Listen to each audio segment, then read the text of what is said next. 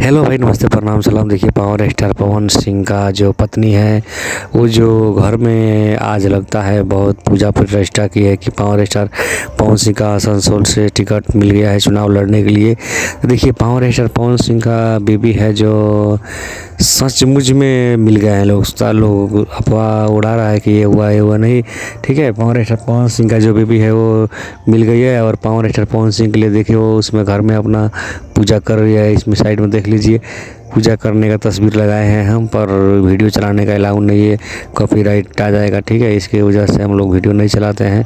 ठीक है, आप लोग सपोर्ट कीजिएगा, सपोर्ट करिएगा तो वीडियो भी चलाने को मिलेगा। ठीक है, आप लोग नहीं सपोर्ट करेंगे तो कुछ नहीं होगा। पर ज्योति सिंह प्रचार भी करेगी पावर स्टार पवन सिंह के लिए।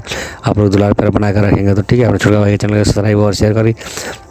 पर पावर स्टार पवन सिंह का बीबी ज्योति सिंह ने वीडियो कॉल में बात भी की है पावर स्टार पवन सिंह के चुनाव के लिए। ये भी कमर बांध कर तैयार है, चुनाव प्रचार करेंगी। आप लोग के क्या राय है कमेंट में बताइए। जय हो।